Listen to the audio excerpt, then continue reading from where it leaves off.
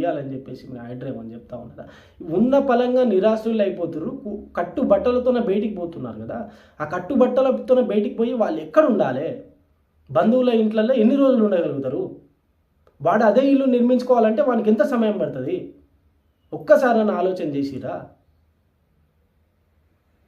ఎవరో చేసిన తప్పులకి ఇప్పుడున్నటువంటి వాళ్ళు ఎందుకు నష్టపోవాల్సి వస్తుంది? ఒకసారి ఆలోచన చేయండి. ఇంకా 3,900 పైచిలకు ఎకరాల విస్తీర్ణంలో మొత్తం మీ కట్టడాలు నాశనం చేయడానికి మీకు దాదాపు ఈ 5 ఏళ్ళు పడుతుంది. మీరు ఇంకా నెక్స్ట్ మీ ప్రభుత్వం వస్తుందా రాదా అనేది దేవునికి ఎరుగు.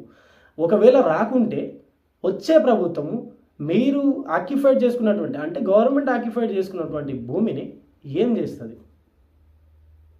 దానికి ఏమైనా ప్రణాళిక ఉందా? ప్రణాళికలు మాకు చూపెట్టండి. మీరు గత ప్రభుత్వంలో ఉన్నటువంటి మిషన్ కాకతీయ పథకాన్ని కూడా ఆల్రెడీ తీసేసారు కదా. మిషన్ కాకతీయ పథకం